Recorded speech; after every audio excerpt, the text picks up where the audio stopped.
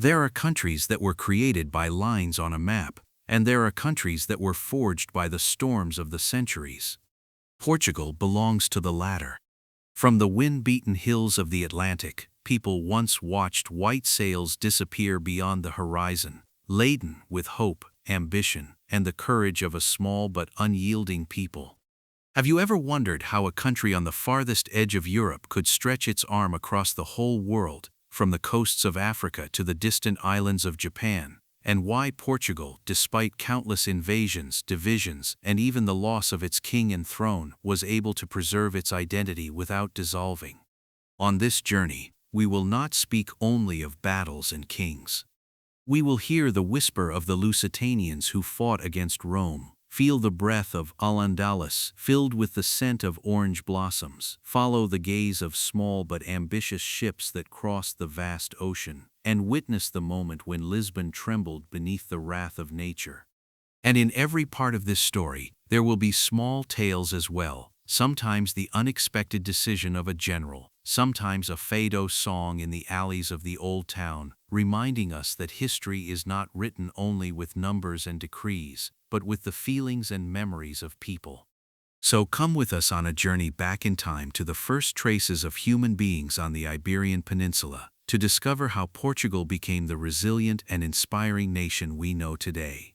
Long before the word Portugal was ever spoken, the westernmost corner of the Iberian Peninsula was a mosaic of landscapes, peoples, and languages, shaped by thousands of years of human experience. Here, where the Atlantic crashes against rugged cliffs and rivers such as the Tagus and the Douro carve fertile valleys, people were already settling in the Paleolithic age, living from hunting, fishing, and gathering.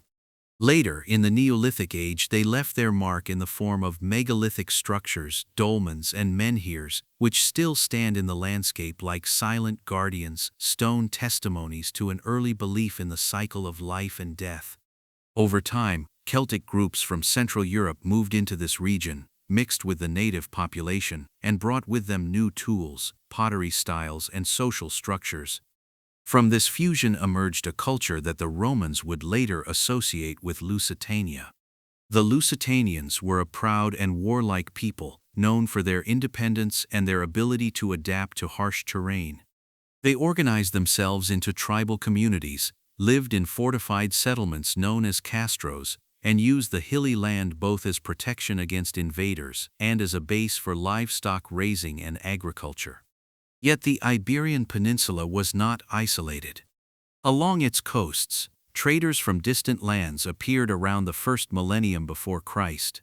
The Phoenicians, masters of seafaring from what is now Lebanon, founded small trading posts and brought viticulture, olive cultivation, and the art of metalworking. They were followed by the Greeks, who introduced pottery, coinage, and new ideas of urban organization. These contacts opened the gate to a wider Mediterranean world, in which Carthage, the powerful Phoenician successor state, also expanded its influence. When the Roman Republic engaged Carthage in the Punic Wars in the 3rd century BC, the western Iberian Peninsula became a strategic hinterland. After Carthage's defeat, the Roman legions advanced further, attracted by rich mineral resources, metals, and fertile land. But they encountered fierce resistance. Under the leadership of Viriathus, a charismatic Lusitanian leader, the native warriors waged a successful guerrilla war for years against the far superior Roman military machine. Viriathus used the terrain to his advantage, striking from ambush and retreating into the mountains before the Romans could react. More than once he forced high-ranking Roman commanders into defeat, a fact that earned him both respect and hostility in Roman historical writing. Only after his death, which was most likely caused by betrayal, did the organized resistance collapse. Rome then gradually consolidated its rule, integrated Lusitania as a province into the empire, and began building roads, bridges, and cities. Settlements such as Olisipo, modern Lisbon, and Bracara Augusta, modern Braga, became centers of trade and administration. With the Roman presence came Latin, the legal system, new agricultural methods, and a connected infrastructure that permanently changed everyday life. Yet even though Roman order seemed unshakable, old traditions and new influences continued to overlap beneath the surface. The Lusitanians did not simply vanish. They were absorbed into the Roman world, but they continued to shape the language, customs, and self-understanding of the region. In these centuries, the foundation was laid upon which the identity of Portugal would develop many centuries later. When the Roman legions finally brought the rough mountains and fertile valleys of Lusitania under their control, an era began that would shape the face of the region for centuries. What at first seemed to the local population like foreign occupation gradually unfolded into a profound cultural transformation, one felt not only in the cities but even in the most remote villages. Rome brought not only soldiers with its power, but also a highly developed system of organization. Soon paved roads stretched across the land like lifelines. The great routes linked the west with the north, and a network of secondary roads connected military outposts with trading centers. These roads were more than transport routes. They opened markets, accelerated the exchange of news, and made it possible for ideas and innovations to reach even distant regions faster than ever before. In the cities, a new image of urban life flourished. Olisipo, modern Lisbon, developed into an important port where ships from across the Mediterranean anchored. Bracara Augusta, modern Braga, became the seat of provincial administration and a symbol of Roman order in the region. Coimbra, with its artistic mosaics, baths, and villas, testified to the wealth of Roman settlers and the adaptability of local elites, who quickly integrated themselves into the new social order. Roman rule also brought Latin, which mixed with local languages and laid the groundwork for what would later become Portuguese. The Roman legal system created a level of legal clarity previously unknown, and Roman agricultural techniques, from improved plows to sophisticated irrigation systems, increased yields. Wine and olive cultivation, first introduced by the Phoenicians, gained a new dimension under Roman organization and became important export goods. Religiously, Rome opened the region to a variety of cults, from Jupiter and Mars to fertility goddesses who often bore traits of local deities. Later, as Christianity took root in the empire, the first Christian communities also formed in Lusitania, often in secrecy, until the religion became the state religion in the 4th century. Compared with other frontier provinces of the empire, Lusitania was relatively well integrated. Its coastal location made trade easier, and the mild climate made it an attractive settlement area for veterans of the Roman legions. Nevertheless, the memory of older times remained alive in festivals, stories, and the small, seemingly insignificant details of daily life. This Roman imprint gave Lusitania an infrastructure and cultural foundation that would survive even after the fall of the empire. Even as Roman order began to crumble in the 5th century, the roads, the cities, and the ideas remained a legacy that new rulers would use and reshape. As the power of Rome in the west faded, the borders of the Iberian Peninsula opened to new peoples whose names would soon be carved into history. Among them were the Suebi, a Germanic tribe from northern Europe, who moved westward during the Great Migrations and crossed the Pyrenees around AD 409 together with the Vandals and Alans. In the green, rain-rich landscapes of the northwest, they found a new homeland. Only a few years later, they established their own kingdom with Braga as its capital, a choice that was not only strategic but symbolic as well, since Braga lay on important Roman roads and was a center of administration and religion. Compared with other Germanic kingdoms, the Suebian kingdom was small, but it was marked by remarkable adaptability. The Suebi adopted parts of the Roman administrative structures, maintained trade, and exchanged not only goods but also ideas with the Romanized population. Their rulers supported Christianity, at first in the form of Arianism and later, after conversion, in harmony with Roman Catholic belief. Even so, traces of Germanic traditions remained in their legal system and military practices, giving the kingdom a distinctive character. But the Suebi were not the only power on the peninsula. In the east and south, the influence of the Visigoths grew. They had first entered as federates in the service of Rome to maintain order, but after the Western Roman Empire finally collapsed, they took control over large parts of the Iberian Peninsula. Under their king Leovigild, they conquered the kingdom of the Suebi in the late 6th century, integrated its nobility, and took over Braga as an important administrative center in the northwest. The Visigothic kingdom brought a certain political unity, but this unity was fragile. Despite adopting Roman structures, the kingdom remained strongly shaped by a warrior aristocracy. Its economy depended on agriculture, tribute, and a partly rudimentary trade network. Religious questions, especially the conflict between Arian and Catholic belief, repeatedly caused tension until the Visigoths converted to Catholicism under King Ricard. Compared with the Suebi, the Visigoths ruled over a much larger territory, but they also faced greater political challenges. Dynastic struggles, aristocratic conspiracies, and regional interests weakened the kingdom. Natural disasters, epidemics, and famines in the late 7th century intensified the instability and reduced its military strength. Thus, at the beginning of the 8th century, the Visigothic kingdom was vulnerable when a new power came across the sea from the south, swift, determined, and carried by a religious mission. The conquest of the Iberian Peninsula by Muslim armies would not only shatter the political order, but would also begin an era of cultural flowering and conflict. In the year 711, when the Visigothic kingdom was marked by internal power struggles and economic weakness, an army of around 7,000 men under the command of Tariq ibn Ziyad crossed the Strait of Gibraltar. Within months, the decisive battle against King Roderick took place at Guadalete, a confrontation that not only marked the military collapse of Visigothic supremacy, but also symbolized its end. In the years that followed, the main cities of the peninsula fell, and the new Muslim rule gave the land a name that still echoes today, al-Andalus. Al-Andalus was more than a political entity. It was a melting pot of cultures, religions, and knowledge.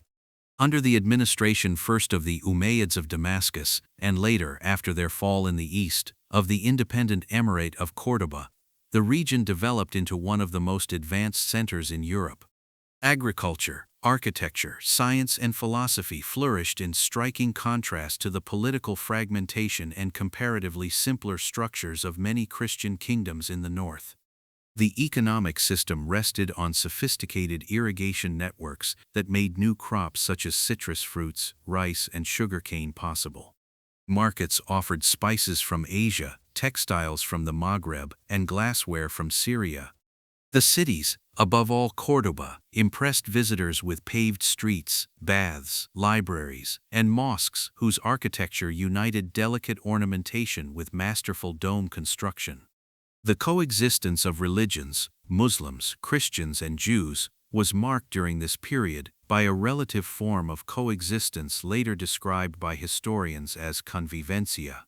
Yet this was by no means free of hierarchy or tension. Non-Muslims had to pay a special tax, the jizya, and were subject to certain legal restrictions. Even so, many found opportunities to rise in trade, administration, or craftsmanship. In cultural exchange lay perhaps the most lasting effect of al-Andalus.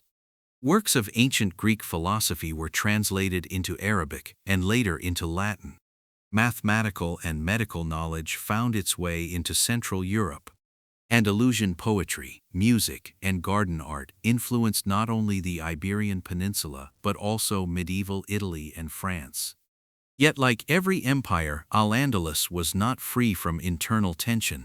Tribal rivalries between Arabs and Berbers, rebellions by local rulers, and the growing pressure of the Christian kingdoms in the north led to the gradual erosion of central power. When the Caliphate of Córdoba disintegrated in the 11th century, many smaller Taifa kingdoms emerged, politically weaker, yet still culturally vibrant. For what would later become Portugal, this era had a double significance. On the one hand, it left a lasting mark on language, architecture, and agricultural techniques. On the other hand, it also helped shape the idea of a Christian reconquest, the Reconquista, which for centuries became the guiding theme of northern politics. While in the south the splendid courts of al-Andalus were filled with scholars, merchants, and craftsmen, small but tenacious Christian kingdoms stirred in the north of the Iberian Peninsula. Protected by the difficult mountains of Asturias and Galicia, they had survived the Muslim conquest and saw their task not merely in survival, but in the gradual reconquest of the lost lands. This centuries-long movement, known as the Reconquista, was not a linear campaign, but a constant interplay of attacks, retreats, alliances, and internal feuds. In the 11th century, the Kingdom of Leon grew in importance, and King Alfonso VI looked for allies to counter Muslim pressure in the south. One of these allies was Henry of Burgundy, a knight from France who had gained renown in the turmoil surrounding the First Crusade. Alfonso VI rewarded him not only with land, but also with the hand of his illegitimate daughter Teresa. In this way the county of Portugal came into being, at first a fief under the authority of Leon, but one with growing self-confidence. Henry's son, Afonso Henriques, grew up in a time of political unrest. After his father's death, tensions arose between him and his mother Teresa, who increasingly leaned toward the interests of the Galician nobility. The decisive confrontation came at São Mamede. Afonso prevailed against his mother's forces and took control of the county.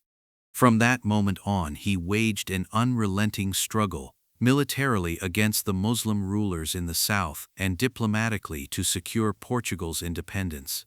In 1139 he won a victory at Ourique, a triumph later chroniclers embellished with legend. According to tradition, Christ appeared to him before the battle and promised him victory. Legend or not, Afonso used this moment to proclaim himself king. Yet recognition by other powers remained a challenge. Leon still claimed authority over Portugal, and skillful alliances, including with the papacy, were needed to secure the kingdom's status. In 1179, Pope Alexander III officially recognized Afonso as King of Portugal in the bull Manifestus Probatum, which not only gave diplomatic support but also legitimized the continuation of the Reconquista under Portuguese leadership. Militarily, Portugal advanced southward step by step. Fortresses were captured, and cities such as Santarém and Lisbon fell into Portuguese hands, often with the help of crusaders from northern Europe who made a stop on their way to the Holy Land. These victories were important not only militarily, but also because they shifted the economic and cultural center of the young kingdom closer to the Atlantic. Compared with the larger kingdoms of Castile and Aragon, Portugal was small. But its coastal position offered opportunities for trade and seafaring that would become decisive in the centuries to come. Thus, the Reconquista brought not only territorial gains, but also laid the foundation for a maritime orientation. Before Portugal could rise as a sea power, however, it had to defend its existence once more, not against the south, but against the ambitious neighbor to the east. When King Ferdinand I of Portugal died in 1383 without a male heir, the country fell into a crisis that placed its very existence at risk. Ferdinand's only daughter, Beatrice, was married to King John I of Castile, a union that, in the eyes of many Portuguese nobles and citizens, threatened Portugal's independence. If Beatrice were crowned, the crown of Portugal would pass to Castile, and the country would be absorbed into a personal union. In this tense situation, João of Aviz entered the stage, the illegitimate son of King Peter I and Grand Master of the Order of Aviz. Supported by a broad alliance of townspeople, merchants, and parts of the nobility, he opposed the Castilian claim. The years up to 1385 were marked by uprisings, sieges, and diplomatic struggle. Castile marched in with an army to secure the throne, while João and his supporters used every opportunity to gain support inside the country and abroad. The decisive moment came in the summer of 1385. João had been proclaimed King João I of Portugal by the Cortes in Coimbra in April, a step that made open war unavoidable. The Castilian army, led by John I of Castile, advanced with an estimated 20,000 men, including heavy cavalry and experienced French mercenaries. Portugal could field only about 6,000 to 7,000 fighters, reinforced by English archers.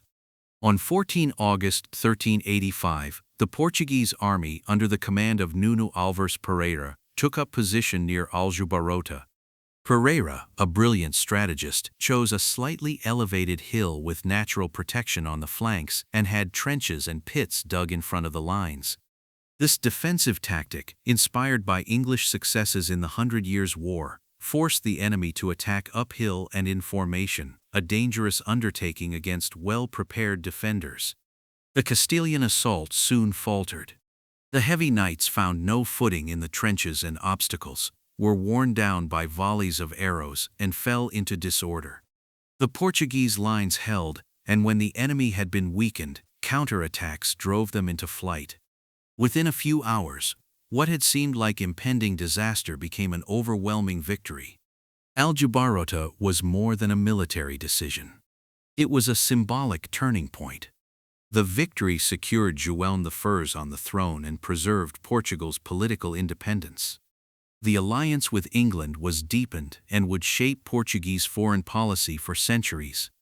In the collective memory of Portugal, Aljubarrota still stands for courage, tactical skill, and the will to self-determination. With independence secured, Portugal could now turn its gaze outward. When the 15th century began, Portugal was a consolidated kingdom with secure borders and a strong alliance with England.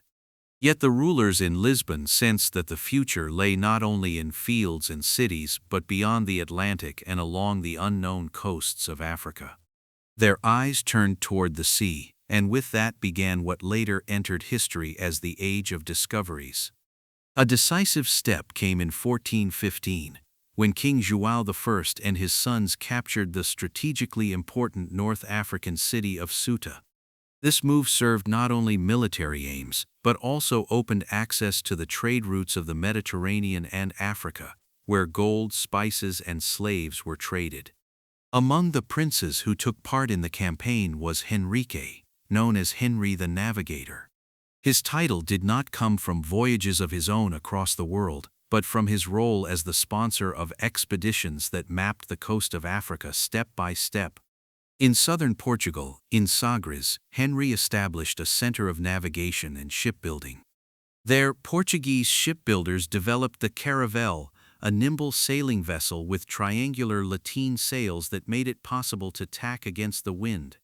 With this innovation, Portuguese captains ventured farther and farther south, first to Madeira and the Azores, then along the West African coast. Voyages by explorers such as Gil Anse, who rounded the dreaded Cape Bojador, and Diogo Cão, who reached the mouth of the Congo River, opened new horizons. In 1488, Bartolomeu Dias finally achieved what had long seemed impossible, rounding the southernmost point of Africa, the Cape of Good Hope. This route paved the way for Vasco da Gama, who in 1498 became the first European to reach India by direct sea route, opening a new era in the spice trade.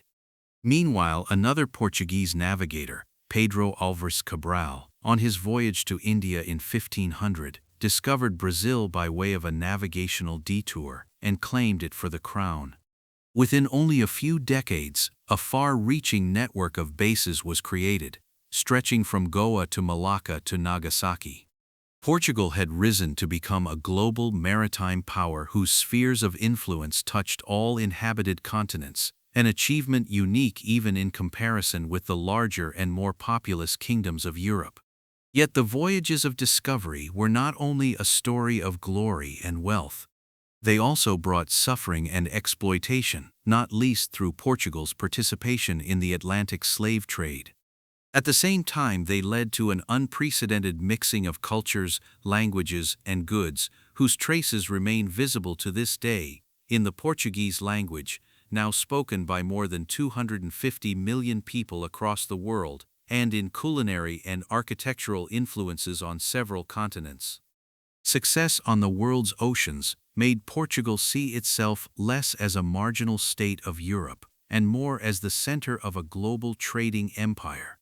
In the 16th century, at the height of its explorations, Portugal was less a territorial empire in the colonial sense than a network of bases, fortresses, and trading stations that stretched like pearls on a chain along the sea routes from Africa to Asia to South America. This model of a trading empire without vast land control rested not on ruling enormous territories, but on controlling strategic points, harbors, river mouths, straits, places where streams of goods could be concentrated and controlled. The fortress of Elmina on the Gold Coast, splendid Goa in India, Malacca as the gateway to the Spice Islands, Macau as a bridge to China, and Nagasaki as a window to Japan. All these were nodal points in a system that functioned through military presence, diplomatic agreements, and skillful commercial organization. Portuguese ships, loaded with pepper, cinnamon, nutmeg, silk, and porcelain, sailed these routes regularly, protected by armed escorts and supported by a monopoly the Portuguese sought to enforce with an iron hand in the Indian Ocean. But this dominance did not remain unchallenged for long. The Ottomans, with their strong fleet in the Red Sea and Persian Gulf, posed a serious threat because they too sought control of the spice trade. Portuguese fortresses in Hormuz and on the East African coast were repeatedly targets of Ottoman attacks, sometimes supported by local rulers. At the same time, new European rivals entered the stage, first the French, then above all the Dutch and the English, whose ships were faster, whose trade organizations were more modern, and whose financial resources were greater. The Dutch, backed by the powerful VOC, began systematically attacking Portuguese strongholds in the early 17th century. Malacca fell in 1641, Ceylon was lost, and in Africa and Brazil fierce battles broke out over plantations and trade routes. The English followed with their East India Company and pushed Portugal out of key positions in parts of India. Compared with these great chartered companies, Portugal lacked the same institutional strength, and so the slow decline of its supremacy began. Even so, the country managed to hold on to some core positions. Goa, Macau, and parts of the African coast remained in Portuguese hands into the 20th century. This endurance can be explained not only by military resistance, but also by a remarkable ability to adapt. Portuguese merchants adapted to local markets, married into influential families, and used diplomatic alliances to secure their presence. But while Portugal fought for every harbor in distant Asia and Africa, storm clouds gathered in Europe itself. The death of a young king without an heir would trigger a chain of events at the end of which Portugal would lose its political independence for decades. In 1578, King Sebastian of Portugal set out on a reckless campaign to Morocco, young, ambitious, and driven by the idea of winning glory in battle against the Muslim kingdoms of North Africa. But the Battle of Alcácer Quibir ended in catastrophe. Sebastian fell, and with him much of the Portuguese nobility. Because he was unmarried and childless, he left behind a dynastic vacuum that plunged the country into one of the greatest political crises of its history. First, his elderly uncle Henry, a cardinal, ascended the throne. But he too died 2 years later without heirs. Several claimants came forward, among them Antonio, prior of Crato, an illegitimate grandson of King Manuel I, and Philip II of Spain, grandson of the same king through his mother. Philip possessed not only a strong genealogical claim, but also the most powerful army in Europe. His troops marched into Portugal, defeated Antonio's supporters at Alcántara, and secured the personal union of the two crowns, known as the Iberian Union. At first, Philip II promised to respect Portugal's autonomy, its own laws, its own currency, and its own administration. But under his successors, this balance began to shift. Spanish officials took key positions, and Portuguese foreign policy increasingly became subordinate to the interests of Madrid. Particularly damaging were Spain's conflicts with England and the Netherlands, enemies who now also attacked Portuguese colonies. During the Union, Portugal lost numerous bases. The Dutch captured parts of Brazil, Malacca, and Ceylon. Forts on the Gold Coast were lost in Africa. The once world-spanning trade network shrank, and trust in the Spanish crown faded. At home, dissatisfaction grew, fueled by economic burdens and the sense that Portugal's interests were being sacrificed to finance Spain's wars. In this atmosphere, a resistance movement formed, supported by parts of the nobility, the clergy, and urban elites. The decisive moment came in 1640, when Spain was weakened by the 30 Years' War and uprisings in Catalonia. On 1 December of that year, Portuguese conspirators in Lisbon overthrew the Spanish governor and proclaimed João, Duke of Braganza, King João IV of Portugal. The Restoration War lasted almost 3 decades. Yet Portugal prevailed, supported by alliances with England, France, and the Netherlands. In 1668, Spain finally recognized Portugal's independence in the Treaty of Lisbon. The country had regained its sovereignty, but its resources were exhausted and many colonies were lost. Even so, the recovery of independence was a turning point, proof of the persistence of a small state in the face of an overwhelmingly powerful neighbor. Barely had Portugal recovered when it was struck in 1755 by a catastrophe caused not by cannons, but by the untamed force of nature. On the morning of 1 November 1755, All Saints' Day, Lisbon awoke in a festive mood. The churches were filled, candles lit the altars, and the streets were crowded with people preparing for the holiday. Yet within moments, that day would turn into one of the darkest hours of Portuguese history. At about 9:40 in the morning, the ground began to shake, first a tremor, then violent convulsions that brought down buildings and swallowed entire streets. Witnesses reported that the quake lasted from 3 to 6 minutes, an eternity amid dust, screams, and collapsing walls. Those who escaped the first shock sought refuge near the harbor or in open spaces. But the disaster was not over. About 40 minutes later, a great wave rolled up the mouth of the Tagus and swept away people, ships, and debris. At the same time, fires broke out in the city, caused by overturned candles in the churches, and spread rapidly because the narrow streets and wooden structures burned like tinder. For 3 days, Lisbon remained in flames. The toll was devastating. Estimates speak of 30,000 to more than 50,000 dead in the capital alone, along with massive destruction in other parts of Portugal and on the coasts of North Africa. The quake was felt in Spain, France, and even in the Caribbean. With an estimated magnitude between 8.5 and 9.0, it ranks among the strongest earthquakes ever recorded in Europe. The response to the catastrophe differed fundamentally from that of earlier times. Sebastião José de Carvalho e Melo, the Marquis of Pombal and Prime Minister under King Joseph I, immediately took charge of rescue efforts. When the king asked what should be done, he reportedly answered with the now famous sentence, "Bury the dead and care for the living." Pombal organized relief for the survivors, ordered mass burials to prevent disease, and sent soldiers to stop looting. Even more remarkable was the reconstruction. Pombal commissioned architects and engineers to design a new downtown district, today's Baixa Pombalina, with broad, straight streets and earthquake-resistant buildings. This Pombaline construction is considered one of the earliest forms of modern disaster prevention. The earthquake also had a profound philosophical effect. In an age when the Enlightenment strengthened belief in reason and scientific explanation, the disaster reopened the question of divine justice.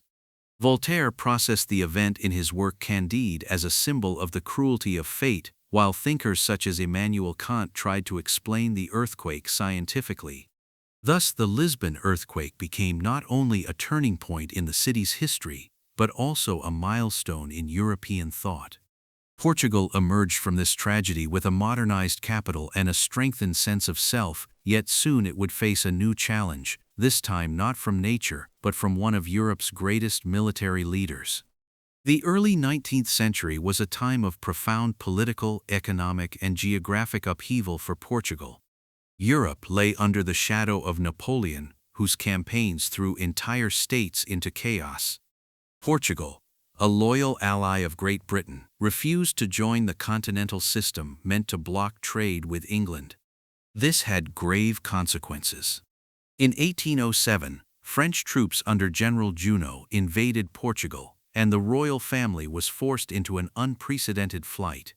With the royal family on board, the Portuguese fleet sailed to Brazil, then the empire's most important colony, and in 1808 established in Rio de Janeiro the first royal court ever set up in an overseas colony. This was a revolutionary step that raised Brazil's status from a mere colony to a kingdom within the Portuguese Empire. Under the protection of the British Navy, Rio de Janeiro became the political center of Portugal, an extraordinary phenomenon in the history of colonial empires.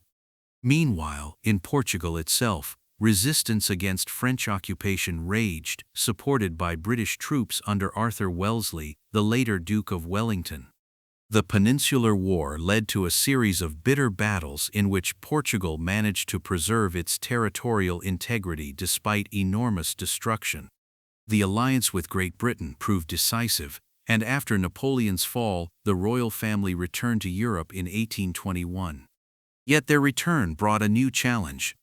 Brazil, increasingly self-confident under the influence of Prince Pedro, son of the king, sought independence. In 1822, Pedro proclaimed himself Emperor of Brazil and separated from Portugal, a rare case of a colony becoming an independent empire without a violent revolt. These events marked the beginning of Portugal's long farewell to its colonial glory. While Brazilian independence was achieved with comparatively little bloodshed, the struggle over the colonial inheritance in Africa was only beginning. Portugal, one of the oldest colonial powers, was forced to defend its claims against the ambitions of other European states. The 19th century was the age of the so-called scramble for Africa, the feverish division of the continent among colonial powers.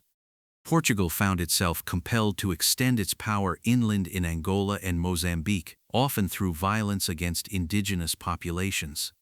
The conflict with Great Britain reached its peak in 1890 with the so-called British Ultimatum, when Britain demanded that Portugal abandon its military presence in territories between Angola and Mozambique, territories Portugal claimed, but which were strategically important for the British dream of a railway from Cape Town to Cairo.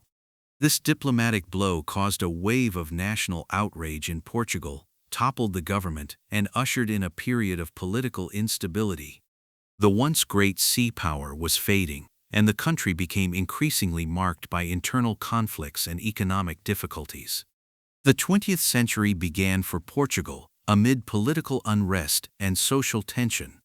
After the abolition of the monarchy in 1910 and the proclamation of the Republic, years of instability followed, marked by constant government changes, strikes, and economic hardship. In this tense atmosphere, a military junta took power in 1926, paving the way for a long period of authoritarian rule. Oscar Carmona, a general of the military regime, assumed the presidency and tried to bring order to the fractured country. But economic problems remained, and the political landscape was deeply divided. In this situation, Antonio de Oliveira Salazar, a university professor of finance, rose to prominence. As finance minister from 1928 onward, he succeeded in stabilizing the state's finances, but his influence quickly grew far beyond economic policy. Salazar established the Estado Novo, the new state, an authoritarian dictatorship founded on conservative values, nationalism, and Catholic morality. The press was censored, political opponents were persecuted, and the secret police, the PID, ensured control and intimidation. Despite this repression, Salazar also carried out major infrastructure projects. Railways, roads, and energy supply were expanded, laying the groundwork for the modernization of the country. During the Second World War, Portugal officially declared neutrality, yet Salazar's regime maintained a subtle balance. The country served as an important base for the Allies, especially Great Britain, and profited economically from trade with both sides. This neutrality spared Portugal from the destruction of the war, but increasingly isolated the country politically and socially from developments in post-war Europe. After the war, Salazar remained in power, but the colonial wars in Angola, Mozambique, and Guinea-Bissau, which began in the 1960s, would burden the country for years. International criticism of Portugal's colonial policy grew, while at home dissatisfaction with the dictatorship intensified. Then, in 1974, an unexpected turning point came: the Carnation Revolution. On 25 April, the military regime was overthrown with almost no bloodshed. Young officers, weary of the suffering caused by the colonial wars, led an almost bloodless coup, supported by broad sections of the population. Carnations, symbols of peace, were placed into the barrels of soldiers' rifles, and Portugal began a profound democratic transformation. The dictatorship ended, political prisoners were freed, and the decolonization of Africa began. Within only a few years, the former colonies gained their independence. This meant, on the one hand, the end of an empire that had lasted for centuries, and on the other hand, new challenges both for Portugal and for the new states. These years of transformation were marked by hope, uncertainty, and the search for a new identity, themes that still shape modern Portugal today. Today, Portugal is a country that looks proudly upon its rich history while courageously facing the challenges of the modern world. With around 10 million inhabitants, Portugal has risen from the turbulence of the past and now presents itself as a stable democracy, a member of the European Union and NATO, whose cultural heritage is deeply rooted in the hearts of its people. The old traditions, from melancholy fado music to colorful festivals and religious customs, have remained alive and shape daily life just as much as contemporary art and literature. The Portuguese language, once carried around the world by seafarers, now connects people across 5 continents with more than 250 million speakers. At the same time, Portugal has made major economic progress in recent decades. Its accession to the European communities in 1986 marked a turning point, accompanied by extensive infrastructure projects, educational reforms, and investment in renewable energy. The expansion of wind and solar power in particular has made Portugal a pioneer in sustainable technologies. Tourism has also become one of the most important sources of income, drawn by the sunny beaches of the Algarve, the historic cities of Lisbon and Porto, and the unique landscapes of Madeira and the Azores. Yet despite these successes, Portugal also faces challenges. The global financial crisis of 2008 left deep scars. High unemployment, especially among young people, and social inequality challenged the country. The government responded with austerity measures and reforms that were painful at first, but ultimately laid the foundation for a more sustainable recovery. Today, the economy is growing again, driven by innovation, exports, and a dynamic startup ecosystem. Politically, Portugal has developed into a country that values democracy and promotes social inclusion. The memory of the Carnation Revolution of 1974 remains alive as a symbol of freedom, peace, and the power of civic engagement. At the same time, there is an intense debate about Portugal's role in Europe and the world. How can a small country strengthen its voice while preserving its unmistakable character? This tension between preservation and change, between connection to the past and openness to the future, is what makes Portugal so special today. It is a country that has learned to draw strength from its history without being confined by it, a country that proudly lives its traditions while boldly taking new paths. With this living balance between tradition and modernity, our journey through the fascinating history of Portugal comes to an end.